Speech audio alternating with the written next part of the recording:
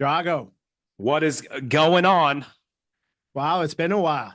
It's been 2 weeks, brother. You've been on vacation, living the I'm dream sh- out there. I'm sure our three listeners were very much waiting on pins and needles They were. at, They at were. 3 o'clock Eastern on Wednesdays, waiting Hey, for our pod to come out. you got to start somewhere though, bro. We gotta start somewhere. So I'm at the new Go Be Great podcast studios. What do you think?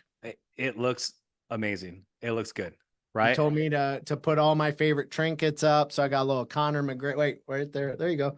Little Connor. I've loved Connor for a long time. Cubs World Series, Metallica, Iowa Hawkeyes, all my favorite things. And then Who's most who's the importantly, who's the my family. bobblehead? Who's the bobblehead and who's the autograph baseballs? I need to know. Ryan Sandberg autograph baseball, bobblehead Derek Lee. Rhino, let's go. Rhino, let's go. Rhino. So who would Rhino be was the best. what would be your trinkets? Let's Uh, see, uh, who's the helmet behind you? I got Jose Canseco, obviously best player of all time in the MLB, taking a picture with Wally Jordan as a rookie. I got my I got my football helmet. Obviously, you can see I got a bunch of Raider stuff on here. I got a Lincoln Park. That was the first concert me and my wife went to. Was Oh, awesome. So nice. got me a big thing. I mean, I'm into like UFOs and stuff. So that's an autographed picture of Travis Walton, the first dude that ever got abducted by an alien and came back to the Earth. So I got some crazy stuff too. Cool. We all got our little interests and we all got our little addictions, We do. right? So We we were do. talking a little bit before we got on about our addictions, right? And we all still have them. And mine aren't as bad as they used to be when I was a cocaine addict. For those that haven't been on, I'm 14 years clean, so that was a long time ago. You can trust me with your home loan now. I don't know if they should have trusted me 14 years ago. I was still a really good loan officer, right? Hey, And did anybody it ever was say mostly contained to the weekend, unless I had to put like a borrower with 6 tax returns together. Then I'd take a couple rips, but you never got a, hey man, you talk really fast? yeah, you clench your jaw a lot. I shouldn't make fun of this, but I'm so glad that I'm to a point now that I can laugh about where I was at, my rock bottom, and I know you can too. So we all have addictions, right? And we've definitely solved our biggest ones, but we still have ones, and they all come from the same behavior. So you were sharing a little bit with me about an addiction you're trying to break. I'll share with you a couple of mine, and I think like I'm a strong Christian man. You're a strong man. That's wife and family is important to you, and it's important after we and hopefully you don't have substance abuse addictions like Drago and I had, right? And these are easier addictions you have. But all y'all listening right now, I promise you, y'all freaking got addictions, right? And Yeah. you can do better, and you can solve them, and you don't got to accept them. So, a couple of yours.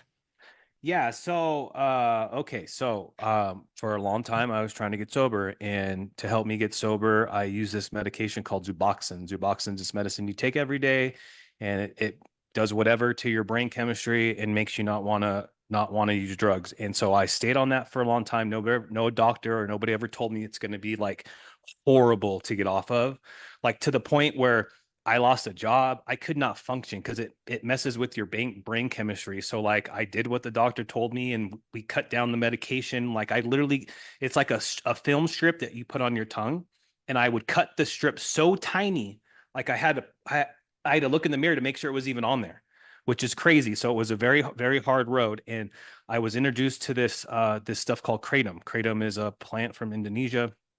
Um, they say it's like an alkaloid, So hold whatever on a that second. I mess. want to make hold on a second. I want to make sure everyone listening understands. So you used to have an addiction to what, Opioids. right? Hmm. And then to get off that, they gave you what? Suboxone and methadone. Suboxone and methadone, right? So Hmm. then the addiction came off of the opioids, right? Hmm. And went Kratom. to Suboxone Oh, it's yeah, it's and Suboxone and methadone, right? methadone, right? So methadone they give for a lot. They give it like I was in NA with a lot of people struggling with ecstasy, and they'd give them methadone and the heroin addicts. There was a couple of them that were struggling with that when I was in NA, right? So it's steps, right? So the big bad addiction was what? Opioids, And heroin, then the step below is what? Suboxone and methadone. Cool. And now the step below is what? Kratom. Kratom. Okay. Yeah. So right now we're working through what? We're working through trying to not take kratom anymore. I don't know, like I'm real open about being sober, and I am sober. I'm not using drugs. I'm not killing my life. I'm not trying to kill myself, but I do take this stuff called kratom. I've taken it for a long time. When I was introduced to kratom, like it was crazy, man. Like, and you could ask my wife, I just couldn't, I wasn't sick. I just could not function mentally, and we're sales guys, right? And I had a job at the time where I needed to talk to people and I just could not do it. And so I was looking for something to just help me, because I knew I did not want to go back to that, because it was the worst trying to get off, right? So Back to what? back to methadone or Suboxone, because I just Cool. like, I'm So like, you hey, didn't I'm want gonna to take a step back up. correct. Right. But I mean, to be fair, I was willing to take 2 steps back to go 10 steps forward, because that's what getting on Suboxone did for me, right? Like the floor no steps is some of my Mormon friends, right? They're Real on the mafia. floor, Yeah. right? Like Yeah. no caffeine, Oh yeah. no alcohol, no tobacco. Hey, no sex. Yeah, Let's not forget about no sex, right? No Mormons, I no think they sex. have sex, don't they? No, I Yes, mean, they do with lots of people. they do some I'm they- sorry, I'm making fun of my Mormon friends because I do have several Mormon friends. I love you guys, but no, what I'm saying though is like you like punk rock, and me and you have some shared musical interests, right? Like I remember back in the day it was hardcore, right? Like yeah, a lot of the punk rock was like I'm hardcore, which means no substances of abuse. yeah. Straight So edge. We were straight edge. That's how straight we edge, grew up. that's what I was Yeah, looking for, yeah. You right? got to Straight edge. give them the X. Yep, the straight edge X. And if they had Yeah. the X on their Yep. hand, that means substance free, Free. right? And that's rare for all of us, right? So if you're not straight edge or you're not Mormon, then you have an addiction, right? So don't think you're better than Drago here. Listen to him. No judgment by any of our listeners, but talk through like what's the next step down. So now you have this addiction, right? You keep seeing mine, Yeah. right?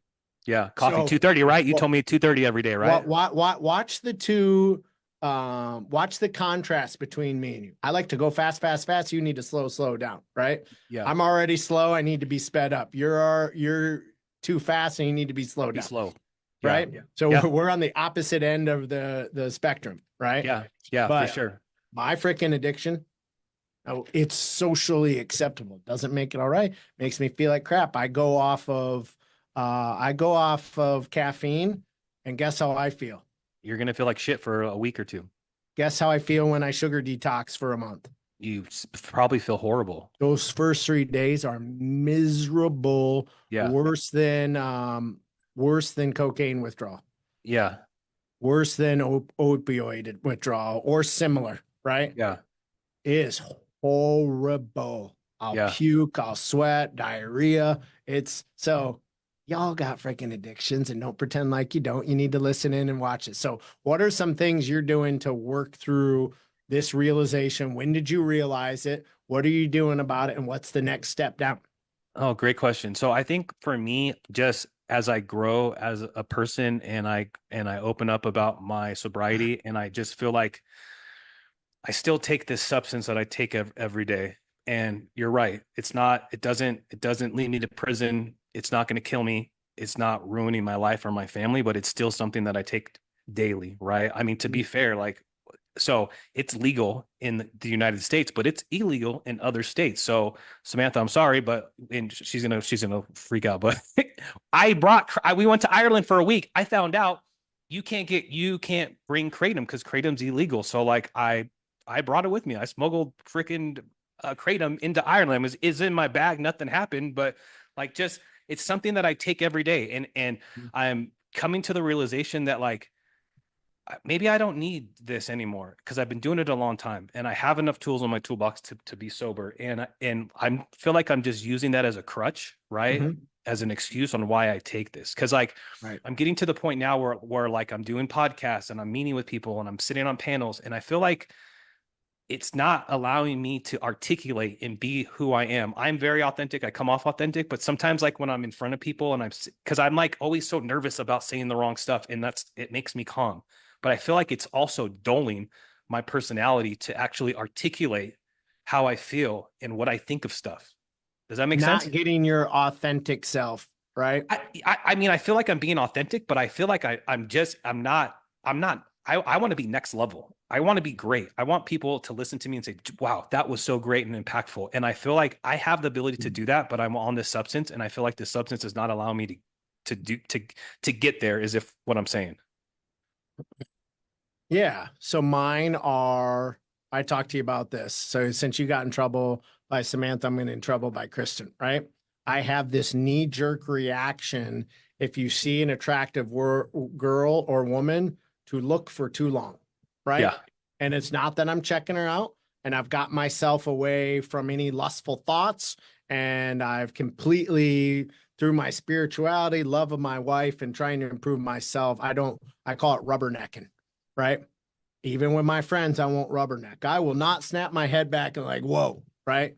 Yeah. And there's some of my friends, listen, you all freaking do it and you're dirty dogs. I don't do that, right? I used to, I don't anymore, right? And dogs are going to be dogs or guys are going to be dogs. Like, bullshit, that's your own weakness in an addiction that makes you feel good about yourself. That's the truth, right? Yeah. Yeah. So now it's that pause too long, right? I'm driving down Jatan. There's tons of affluent, attractive, good looking people that live where I live, right? Cool. Like, Yeah. don't even look, Yeah. right? I'm that close to it, really, right? Every once in a while, I'll see a weakness like, well, I looked for 2 seconds, right? The running pants were a little tight. Right? Yeah. And Yeah. it was just a moment of attention. I'm almost to the point where it's none of that, right? But that's still an addiction and something I'm still working through and trying to improve upon and be stronger, right? Yeah, And it's still there. It's still there. yeah, It doesn't go away. So that's kind of like what I'm yeah, and honey, if you're watching, like I know when we went to see Justin Timberlake and we had wild, crazy, passionate sex that night, I know you were probably thinking about him and taking it out on me. So don't think you're any better than me. I love you, boo. Hey, But we know how it works. We know how it works. yeah, I'm happy to be the Justin Timberlake vessel. It's like when Max Crosby was in The Office, right? You got it. You got And it. I'm sure I know we had a very nice dinner together, and I'm sure you got lucky that night. And I want you to know she wasn't thinking about you at all.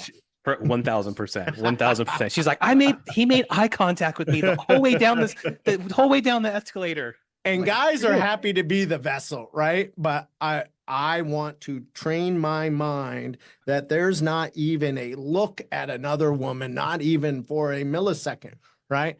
And that's been a huge progression. So that's 2 addictions that I'm constantly working on. Guess what my other addictions are? 2:00 coffee. I don't freaking need it. I don't need it, but I've trained myself that I need the caffeine and I need to get through the day and I'm a really hard worker, right? Now, is that better than my cocaine addiction? For sure. Absolutely. Is it socially acceptable?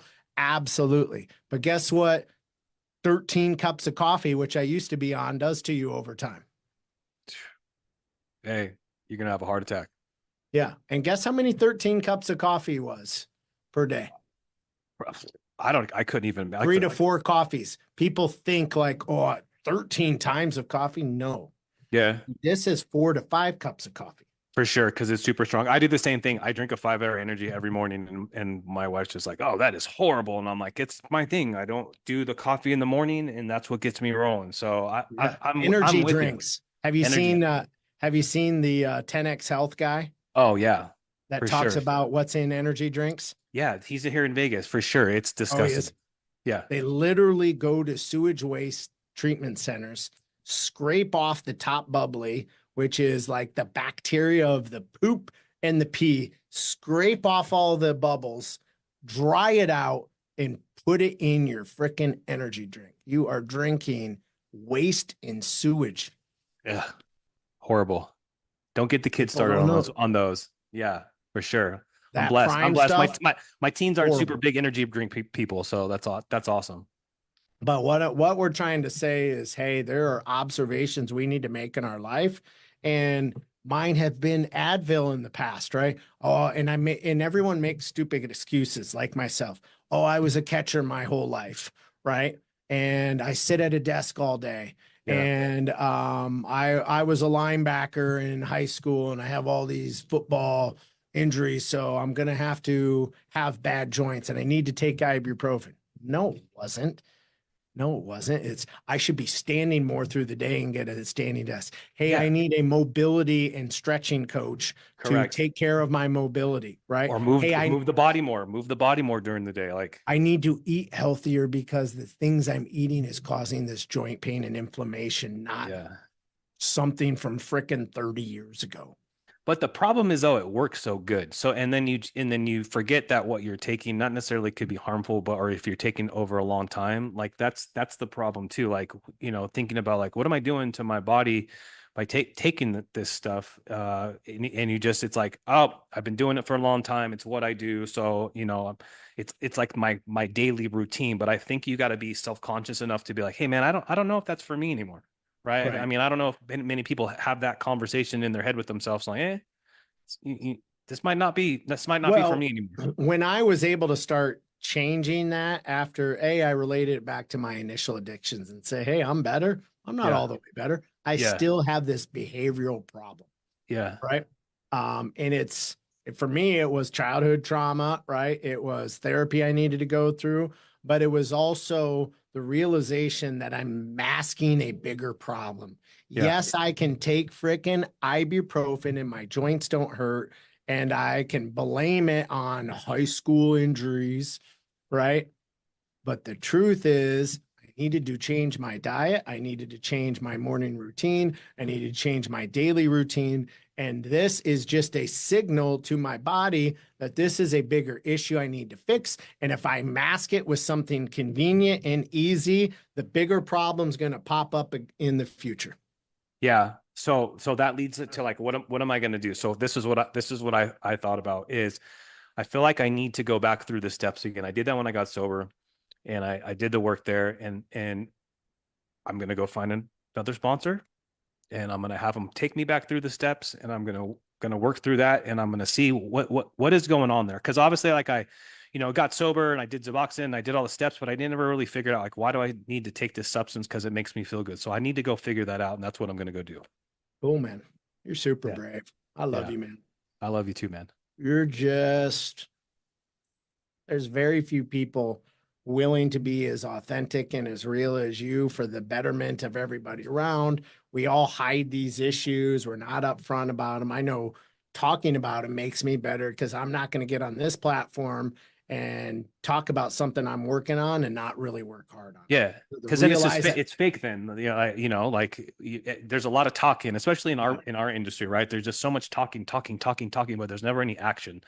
So I just put a lot of thought, and thank you for giving me the opportunity to talk about this today, because I've just have kind of felt this way for a minute. I've never really talked about it, and then when we were thinking about a topic today, it's like I got to talk about it. I got to yeah, get it out, and I feel like me getting this out and having this conversation, that's putting the motions in forth, because I knew what I wanted to do. Have I done it yet? No, but now I just put it out to the universe, and the whole world knows what's going on. yeah. So you bet my ass I'm going to go do that.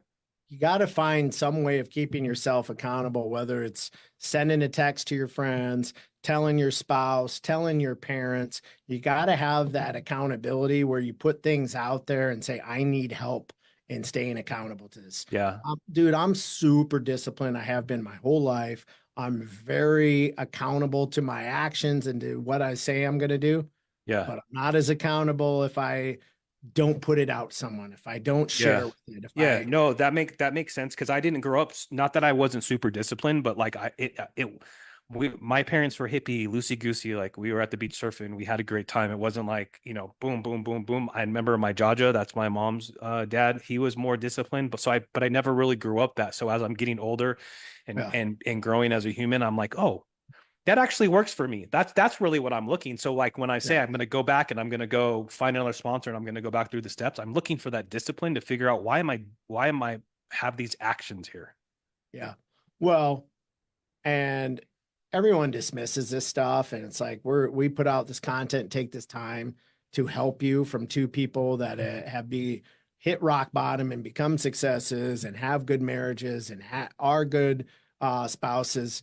But this stuff is prevalent in all of our kids too, right? Like I see Yeah. the addiction with my iPads on the kids, Oh right? yeah. And I Yeah. Yeah. squash it because Yeah. I know that leads to other things in their life, right? Yeah. My Super Mario Brothers addiction when I was 8 years old led to some other addictions, right? Like my dad's Playboys downstairs, and then the dad's Playboys downstairs led to sneaking the alcohol out that he had Yep. downstairs, right? And then getting away with that and that becoming a habit led to finding pot, and then finding pot led to, and getting away with that led to ecstasy, and then ecstasy led to cocaine, and it was all steps. So damn you, Nintendo. You turned me into an addict. I But heard this quote though, like with your kids, like when do your kids aren't kids anymore is when you give them a phone, when you give them social media, when you give them the internet. So I'm trying to hold on as hard as I can, and it's hard because I mean I yeah, got a your kids are 9-year-old in and an a older, 5-year-old, and like all of her friends have phones, and it's just yeah, like it ain't happening. And you'll get there someday, right? But not today. So yeah. because I know how addictive my personality is, and if I had a phone back then, well, forget about it. I would have been in way more trouble. So mine comes from my faith, mine comes from the Bible, mine comes from wanting to be a good person, but following a discipline and rules that my Christianity has led me to. I know you're still working through your spirituality, but what keeps you grounded on these morals and principles? Surrounding myself with people like you that care about me, that have high discipline, that are open to me giving, like not feeding me bullshit. Like I've never not talked to you, and you've never not given me advice or given me the roadmap or showed me something that wasn't authentic or wasn't bullshit. And I feel like we're tribal. And so like that's what is doing it for me, is connecting with people like you and having the right people in place that don't, this is literally just don't feed me bullshit, right? Like Yeah. you're coming to me authentically. And that has been the most powerful thing that I've learned in the last 2 years, is like the community of having just great people in your life. Yeah. Well, and it's self-control and it's self-discipline, and none of us are perfect, and you can't have the shame loop from it. But if you let this one thing sneak in that you don't have control of, I promise it leads to other things in these Yeah. lives, right? Is it really a big deal if I drive down the street and I notice an attractive woman running? I think it is a little bit, but it's not that big a deal, right? In Yeah. most people's eyes, like people make stupid comments like men are going to be men, right? But I freaking know that me letting that happen, right? Like what's Then coming could next? lead, It's the progression of what's then coming. leads to me, oh, I can have more than one glass of wine at Yeah. dinner, right? And I Yeah. can have three, not one, right? And Yeah. then that undisciplined ravels, right? And then I drink too much in a night and I don't go out and get hammered anymore. But then I miss the workout on Saturday that I was supposed to have, Yeah. right? No, And then you're 1000% right, because like they always say, like the relapse starts in the head, right? It starts with the in being undisciplined and saying, okay, I'm good with that, and it's just a progression, right? And so if you continue that progression, like we're addicts, like it could just get horrible really yeah. quick. You know what I'm saying? So I But what like I'm telling you is everybody's addicts. We everyone just is like that. we had addictions that were illegal and could kill you. Not everybody does, but we all have addictions that we can improve upon, Yeah, right? And work, self, like codependency, like it's all out there. But it's, are you willing to accept that that's what's going on, and are you willing to be able to say like, all right, like this isn't for me, and I need to take a deep dive inside, because I feel like that's what most people aren't doing. They're not looking inside to figure out what's the root cause of that emotion or that feeling of whatever I'm doing. You know what I'm saying? right, right, yeah, absolutely, man. And you noticed something pop up. You want to share the medicine cabinet story, but and Oh take us yeah, out. sure, So sure too. this, I think some of this of you bringing this up was from that trigger going off. So Yeah, so yeah, take us out with that. for okay, for sure. So like I've always been the guy, like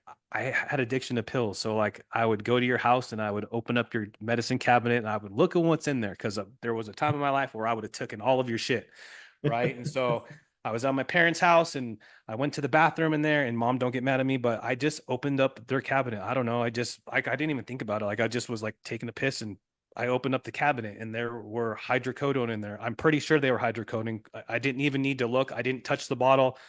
And I like thought I was like, oh, what? And I thought about it for like 2 seconds. Oh. And I said, yeah, I'm good. I'm good. I played the tape. I don't want my fucking wife to lose her mind right now because I'm at my parents' house because that's embarrassing.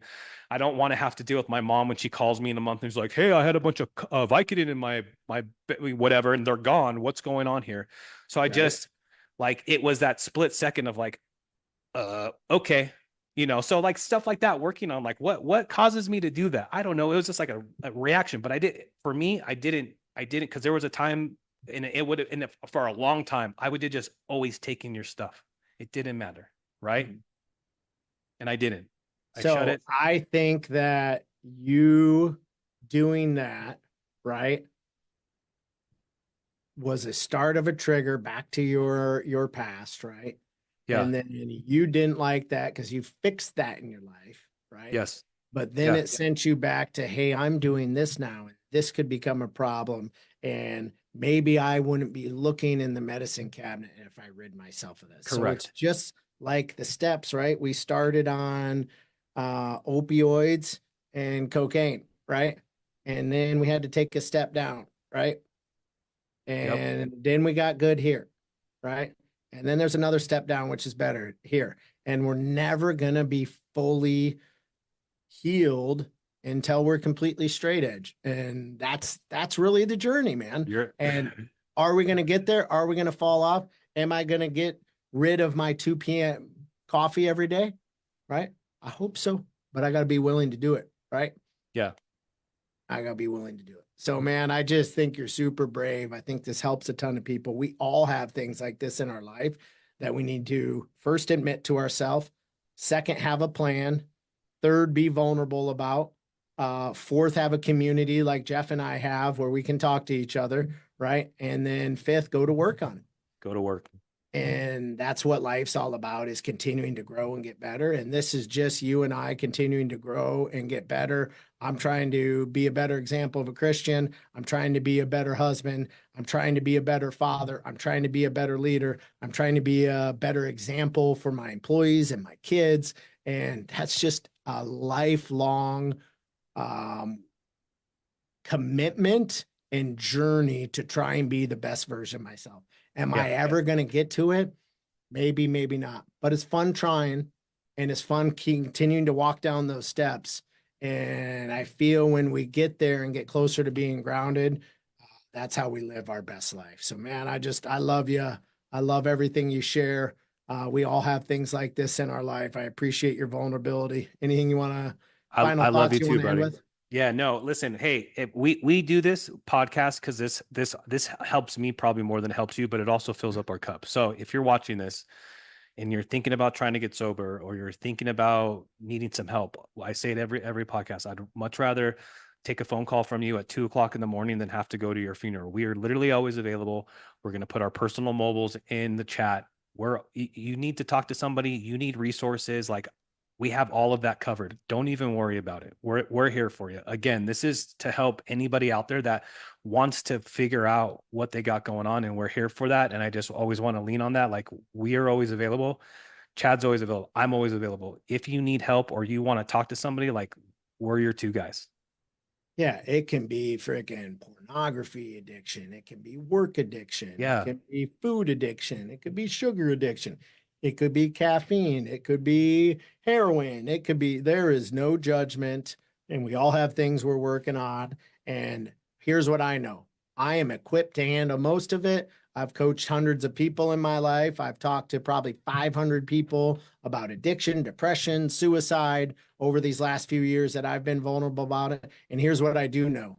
If I can't handle it as a resource, I have plenty of resources right behind me. Yep. And so does Jeff. that can help you. And if we're not equipped to handle your situation, we have people that are. We are here to help. We are here to inspire. We are here to help you know that everyone deserves a second chance. And we call it the third chance because we've been given that many chances in life. So thank you for tuning in. We would love to help you. And if you have a story that you would like to share and you would like to give your testimony of overcoming rock bottom, we'd love to have you on. DM either of us or comment below, and we'll feature you as a guest. Love you, bro. Thanks for the time. All right, brother.